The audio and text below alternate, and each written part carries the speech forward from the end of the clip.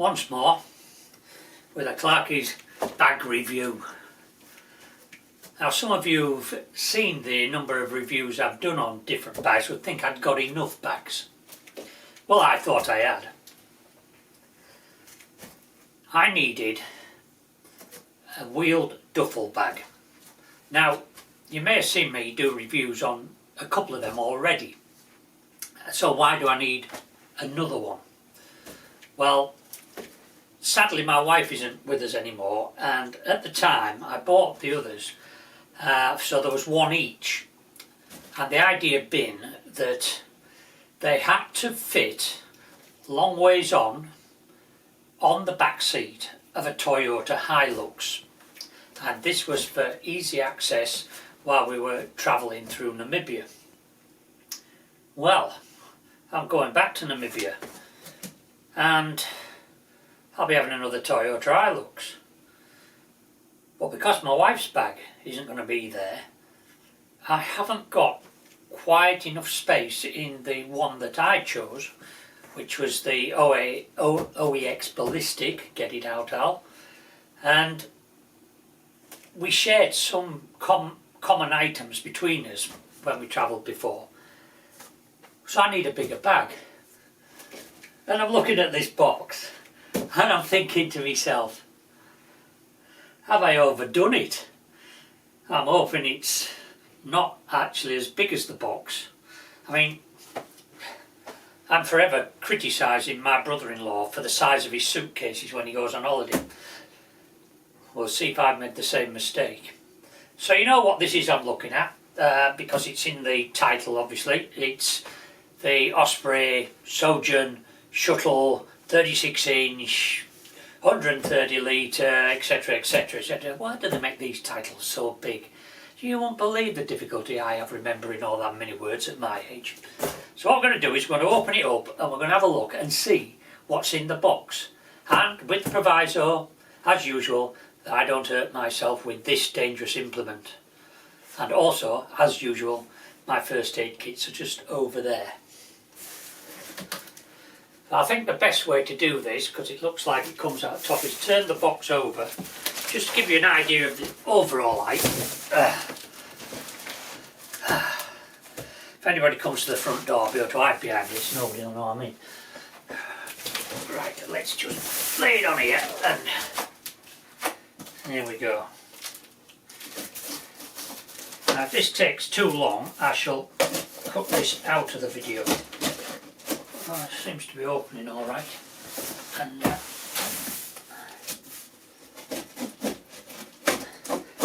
if this takes too long, he says, you know my videos, they always take forever. Forget watching them films like Gladiator and things that go on and on and on. So, as usual, with packaging, the item inside is fortunately not as big as the box. Now if you've been keen-eyed, you'd have noticed the name on the box said Trek It. They're a company based down near Hereford, England, and I got it from them simply because the price was competitive. I don't normally mention the price till the end, but I will this time. Osprey's retail price is £340. I started to see them coming down 300, 380 on some offers, and then I got to this one from Trek It and it was £238. Well, I just couldn't say no. I'm just so easily led with marketing, I don't know. Anyway, let's get it out of the box and have a look at it. He says, oh, what am I going to do with this box? Tell you what I'm going to do with it just now. I'm going to throw it over there on that settee there. And then we'll deal with that later. Because, as I always emphasise, once I get into this, I may have to send it back if things are not all what they seem. So, be very careful with this.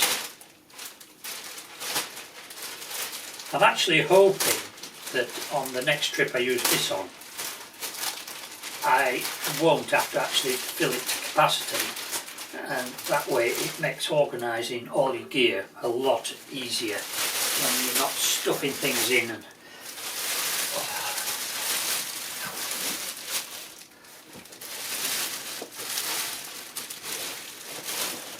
I haven't done quite as much research on this as I normally do on my bags prior to pressing the buy button, and that's because I was swayed by the price. Osprey, I have got an Osprey rucksack and it's been excellent. I've had it for quite a lot of years, so I'm reasonably confident that the manufacturer is of a standard that I'd find acceptable. Where to start? Well, I'm just going to lay it on here,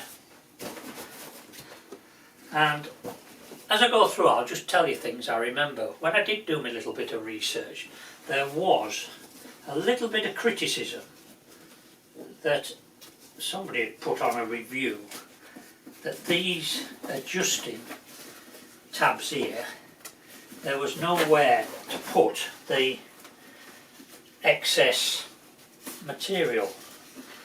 Right, let's have a look here. Right, I'm going to let you zoom in on this, because very clever idea. They've put a little pouch on here for the buckle to be protected, so I'm going to release the buckle. So the female part of the buckle is recessed into here, and less chance of it getting damaged when it's been hurled about by those very careful kind baggage handlers at airports. So that's the first thing I can say I've seen that I'm happy about. I'm hoping there's lots more things as we open the bag up.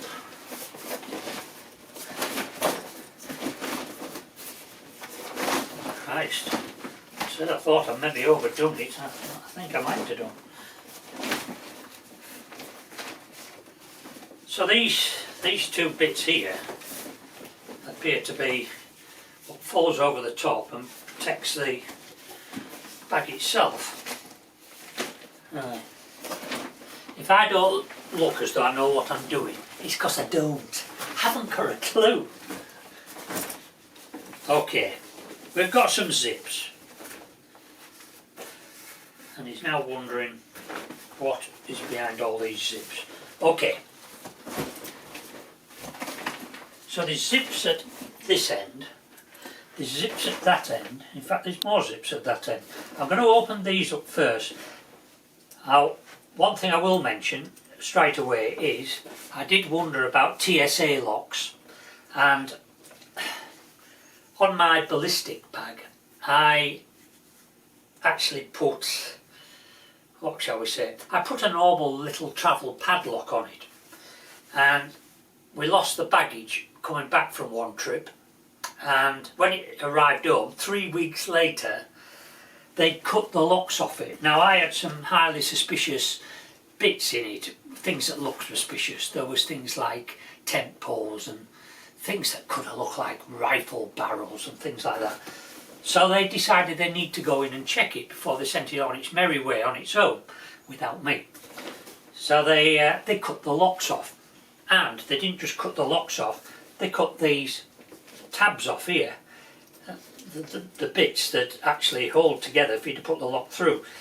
Since then I've been sensible and I've purchased the TSA locks that are on a wire, so you can thread them through here, they can open them with their special keys, and if they don't have a special key they can cut the wire but not the bag.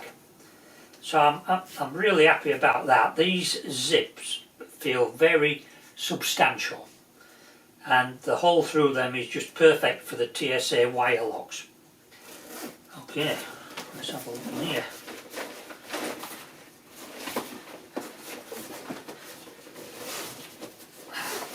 I don't bother with Christmas presents anymore. I tell everybody don't buy me anything because I'm saving the money up to spend on myself. which I have done. And this is it. This is my Christmas present.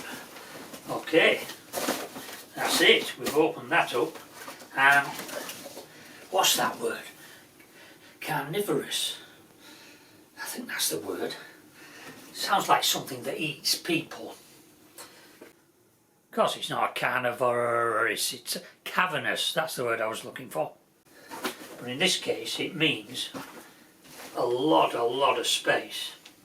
Right, I'm going to bring the camera in and I'm going to let you have a look inside the bag and we'll see what we can see that's useful to us. So, first thing I'll mention is we've got this side pocket with mesh. Quite handy for a few little bits and pieces.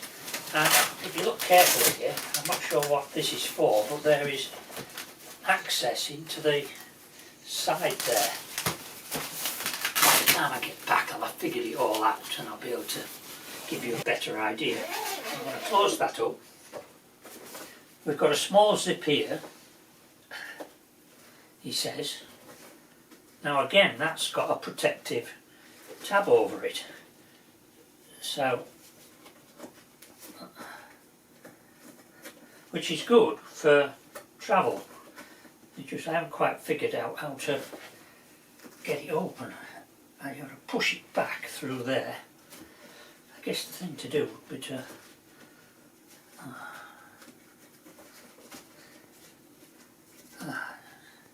there we go.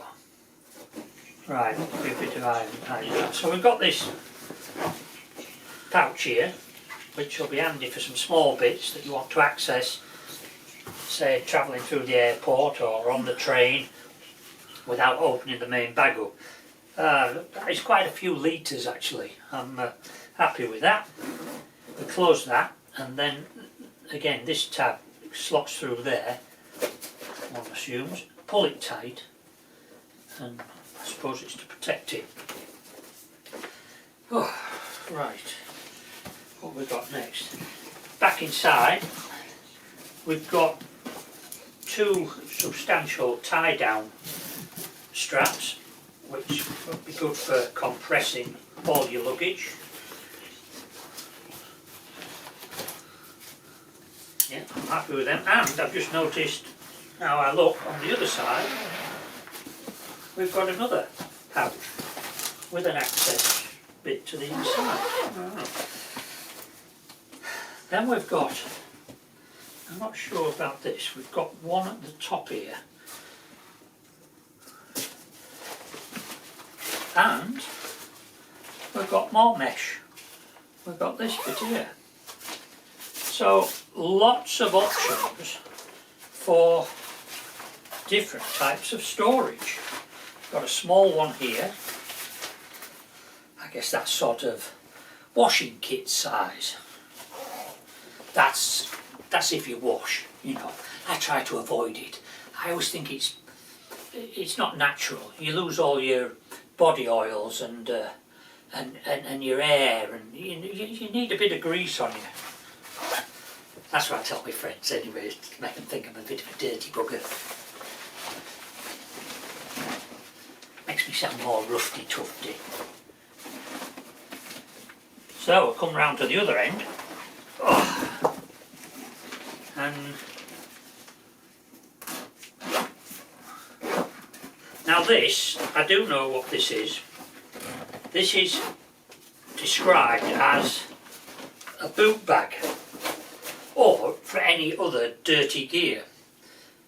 And I do travel with boots most of the time, so one of the problems I've had just recently, going to the desert and the Amazon, I wouldn't be taking this to the Amazon, it would be a rucksack job, but carrying big boots, I haven't had room in my bags for them, so I've been having to wear them on the plane, and it's not the best thing to be wearing for hours and hours on an aeroplane.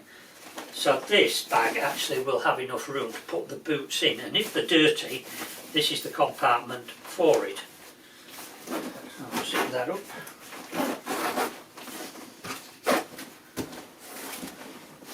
one thing they emphasise in their promotional stuff is the wheels. I'm always a little bit worried about wheels because they're very vulnerable to damage at airports, and the more recessed they are, the happier I am. One of my suitcases, one I'll be using very shortly actually on a trip, it's very recessed. There's only a small bit of the wheel showing, and that I like. These are supposed to be substantial off-road wheels, the sort of thing you can use on gravel type terrain. The only thing they're not good on is sand. I found that with my Travel Light Basics bag that I took to the Sahara. In fact, by the time I brought it back, it was destroyed. It went in the bin. I won't go into details about that, but one of the things I found was that, you know, you cannot drag bags like this over sand. But this one, you probably manage on a bit of rough ground. I'm quite impressed with the wheels. They feel sturdy, and you've got quite a bit of ground clearance. This support at the back here feels quite substantial. Now, I know there is benefits. This is actually curved here, and I know there's benefits to this. What are they? Haven't got a clue. But I've seen reviews where people have said they like this. I'll tell you whether I like it when I get back or not. Well, there is a reason for it. So all that leaves is the handle. Now this is a patented handle. That is to say, no, it's not patented yet. The patent has been submitted, it says on their website, but it's supposed to be an easy release thing. I get it. So it won't come out. Let's turn it around that way. Yeah, maybe zoom in a bit and have a look at that. You squeeze the handle down like that, and that releases it. It's all one piece handle, but the pressure on that, I'm not sure how it works, but work it does. So I've got one level, it says. Right. The question is, does it come out any further? Well, I mean, it doesn't need to come out any further. It might be just me that's... I'd say with the length of the bag, that is just about how much I want as far as length goes. Yeah, that is the... I guess because I'm used to having a smaller bag, you naturally, if your bag's down here, you're going to need a longer handle. With this, you could almost pull it. Put that back in there. You could almost pull it with this if you wanted to. Wouldn't be ideal because you'd probably damage it eventually.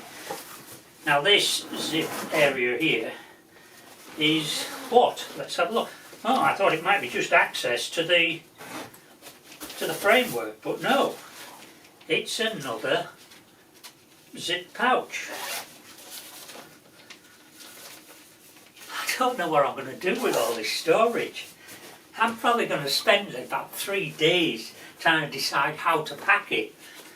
But the fact that it's got all these options makes it a very versatile piece of equipment.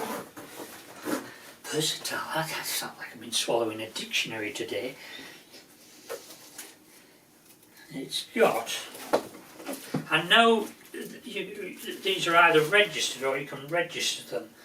And I tell you what this says on here, but I haven't got my glasses on and I can't be asked to walk through to the other room and get them. So we'll have a look at that, and when I decide what it's about, I'll probably tell you when I come back. So what I'm going to do is, we've had a look basically at the functions. What we're going to do now is put it to use and see how it performs. So yeah, let's fill her up, and what I might do is I might get all the kit together and lay it out on the bed and show you what's going in, and then again I might not. So until then, I'll get on with this, get her packed up, get her taken on a plane, give it some rough treatment because I'm a bit of a rough bloke, and when we come back we'll give a final analysis on it. The thing I was mentioning earlier on about these these straps, somebody, and I can see the issue is, somebody mentioned that when they were sort of stretched out like this, there was nowhere to fold them up. It's like I've got some rucksacks where the loose strap you just fold up like that, and there's a little bit of rubber on the strap itself, and you just clip it round and it leaves it nice and tidy. But we'll see about that, see how we go with it. Right, that's it. Let's crack on.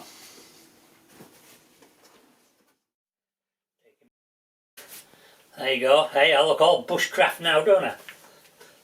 And up there will be the rucksack that I'll be taking on the plane with me. So, all this lot has to go in the bag, and the question is it going to be overweight? I've got 23 kilo allowance, so I'm sort of, when I think about what I'm going to put in the rucksack, I'm sort of beginning to think maybe I have bought a bag that's too big.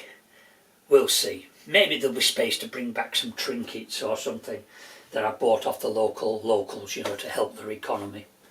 Right, so that's it. Now I'm going to pack it and we'll see what the end result is. But before I do, I'm just going to cut here and I'm going to bring in the bag, because there's a couple of things on that I didn't actually show you when I originally opened it up. Well, there we are, back with the bag. I was a little bit puzzled last time when I was going through it, because, let me just tell you, these straps here, they were just laid across the bottom, and I thought it was just a case of you just put them over the top of your clothes. And then I realised that you can do that, or you can feed them through a loop there and put them across the top of the bag like that. So that's quite good. Also down here is a little Velcro tab, and in there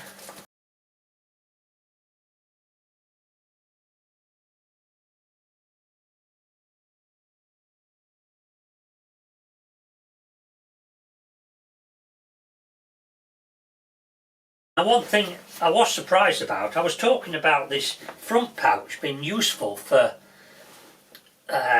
just putting stuff in that you might need easy access to while you're in the airport or between flights or whatever. But after I'd finished faffing about trying to undo this, quite easy when you know how now, isn't it? And then putting it back, I realised that there is no way to actually secure that, lock it that is. So anybody could come along and just pull the zip and put their hand in, take whatever's in there. So I don't see the logic of having like locking clips on the rest of the bag, but on this particular one there's nothing. So I won't be putting in anything there that's valuable, so I think I'm going to stuff my towels in it. That'll disappoint them, won't it, when they think, oh, we'll have a go in there and see what we've got. Yes, especially if it's coming back, because there'll be dirty towels.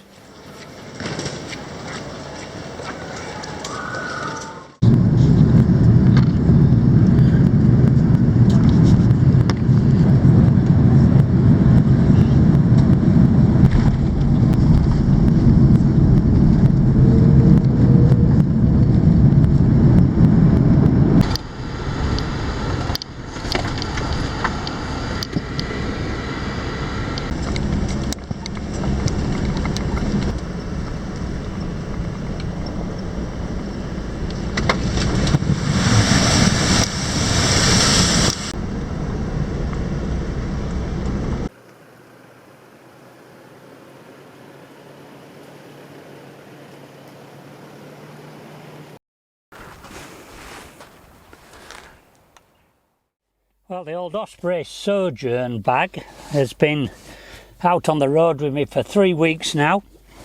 Majority of the time it's been living in the back of here, and I can honestly say it's definitely too big for what I wanted. But having said that, what it has been useful for, it looks like chaos in here,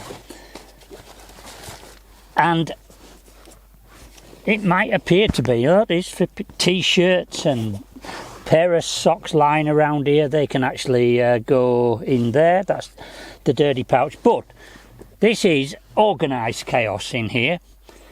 And the great thing is that because it's so big, I can more or less just throw stuff in and out and I can find it easily. With a bag where everything just fits, you have to put it back in just as it came out to make it fit. But with this, I don't have to. I just throw stuff in and I can find it easy.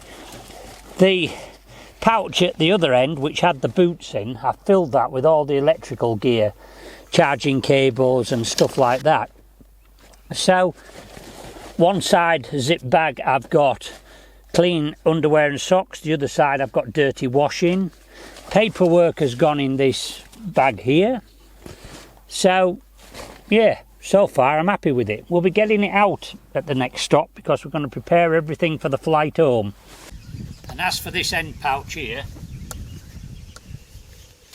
which I put the towels in originally, this is a very important pouch because I keep the toilet roll in there and it doesn't move, and if I need it in the night desperately, I just know I have to fling open this door, put my hand in, grab it. It's not mixed up with everything else in the chaos of the bag.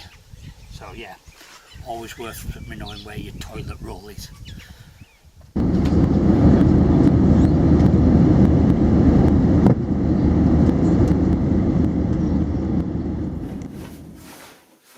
So what's the overall verdict? Well, I'd recommend it. I like the bag. It turned out to be too big for what I wanted.